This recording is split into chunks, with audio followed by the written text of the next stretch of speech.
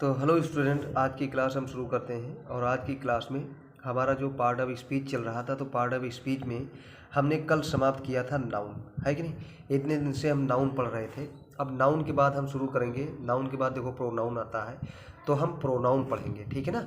तो प्रोनाउन में जो है किताब खोल लीजिए और बहुत अच्छे से देखिए कि प्रोनाउन क्या होता है। हम सभी लोग चूँकि नाउन और प्रोनाउन ये सब इतनी कॉमन चीज़ें हैं, मतलब पार्ट ऑफ स्पीच है, तो इसको हम पढ़ते आ ही रहे हैं। लेकिन इसको एक्चुअली ये सब इतनी ज़रूरी चीज़ें होती हैं कि इसको बार बार पढ़ते हैं, है कि नहीं। पढ़ते हैं भूल जाते हैं, पढ़ते हैं भूल जाते हैं।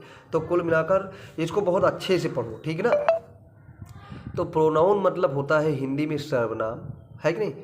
अब इसकी डेफिनेशन होती है, a pronoun is a word used in place of noun. Pronoun वह शब्द होता है, सर्वनाम मीन्स वह शब्द होता है जो संज्ञा के स्थान पर प्रयोग किया जाता है, ठीक है ना। जैसे कि यहाँ पे देखो डेफिनेशन इंग्लिश में लिखी हुई है, एक बार फिर बताते हैं। A pronoun is a word used in place of noun. मतलब प्रोनाउन वह शब्द होता है जो नाउन के स्थान पर प्रयोग होता है, ठीक। अब इतना जान गए।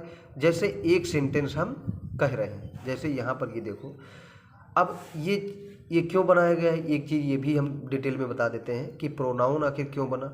क्योंकि बार बार नाउन को रिपीट ना किया जाए। भाई बार बार नाउन को रिपीट करोगे तो अच्छा नहीं लगता। देखो इसके प्रयोग से भाषा सुंदर बन जाती है और वाक्य की रचना नष्ट नहीं होती है कि नहीं। जैसे देखो, सुरेश टोल्ड मी, सुरेश ने मुझसे कहा कि that Suresh had lost Suresh pen.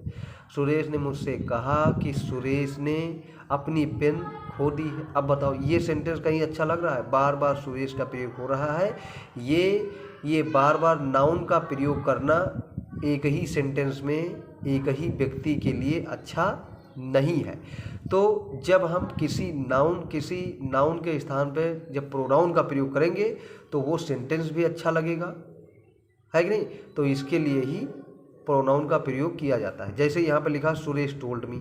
अब इसी सेंटेंस को देखो, जब हम नाउन के स्थान पे, तो एक बार पहली बार तो सुरेश का प्रयोग होगा ही, तो सुरेश टोल्ड मी। अब दैट ही, अब देखो ही आया है, सुरेश के लिए ही आ गया। अब यहाँ पे सुरेश की पेन, तो हिज पेन आ गया, तो हिज। अब देखो ये सेंटेंस ज़्यादा अच्छा लग रहा है। तो है बात समझ रहे हो। जैसे एक सेंटेंस मैं बता रहा हूँ। जैसे मैंने कहा Mrs Indira Gandhi was the first lady prime minister of India. जैसे मैंने ये कहा, फिर उसके बाद मैंने कहा Shrimati Indira Gandhi was the daughter of, फिर हमने कहा श्रीमती इंदिरा गांधी वाज द, फिर। तो ये बार बार प्रयोग करना अच्छी बात है? नहीं अच्छी बात, बिल्कुल भी अच्छी बात नहीं है। तो इसीलिए हम प्रोनाउन के प्रयोग करेंगे। एक बार हम मिसेज इंदिरा गांधी हम कहेंगे, फिर उसके बाद हम कहेंगे सी, उसके लिए सी कहेंगे, है कि नहीं। कोई व्यक्ति है तो ही कहेंगे।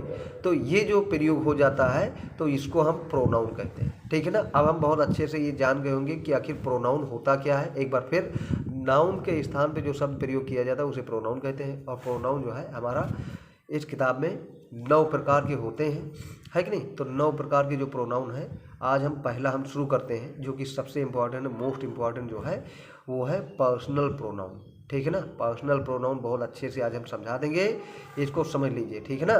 तो पर्सनल जो प्रोनाउन होता है, जो प्रोनाउन किसी व्यक्ति या वस्तु के बदले में आए। मतलब जो प्रोनाउन किसी व्यक्ति यानी मैन या पर्सन, या वस्तु यानी कि कोई थिंग के बदले में आए, तो उसे पर्सनल प्रोनाउन कहते हैं। अब पर्सनल प्रोनाउन जो होते हैं वो 3 होते हैं, फर्स्ट पर्सन, सेकेंड पर्सन, और ये होता है हमारा थर्ड पर्सन, ठीक है ना। तो अब हम ये जान लेते हैं कि आखिर फर्स्ट पर्सन कौन होता है, सेकेंड पर्सन और थर्ड पर्सन। हिंदी में अगर कहें तो फर्स्ट पर्सन मतलब उत्तम पुरुष होता है, सेकेंड पर्सन मतलब मध्यम पुरुष होता है, और थर्ड पर्सन यानी अन्य पुरुष होता है। यानी कि अगर हम कहें तो फर्स्ट पर्सन जो होता है वो शब्द बोलने वाला होता है, मतलब जो बोलता है वो फर्स्ट पर्सन, और जो सुनता है मतलब जिससे बात कही जा रही है वो सेकेंड पर्सन, और जिसके बारे में बात हो रही हो वो थर्ड पर्सन का हो जाता है, ठीक है ना। तो first person, second person, third person क्या है ये सभी लोग जान गए। जैसे एक हम एग्जाम्पल के रूप में हम इसको और अच्छे से समझाने का प्रयास कर रहे हैं। जैसे 2 दोस्त हैं, रोहन और मोहन।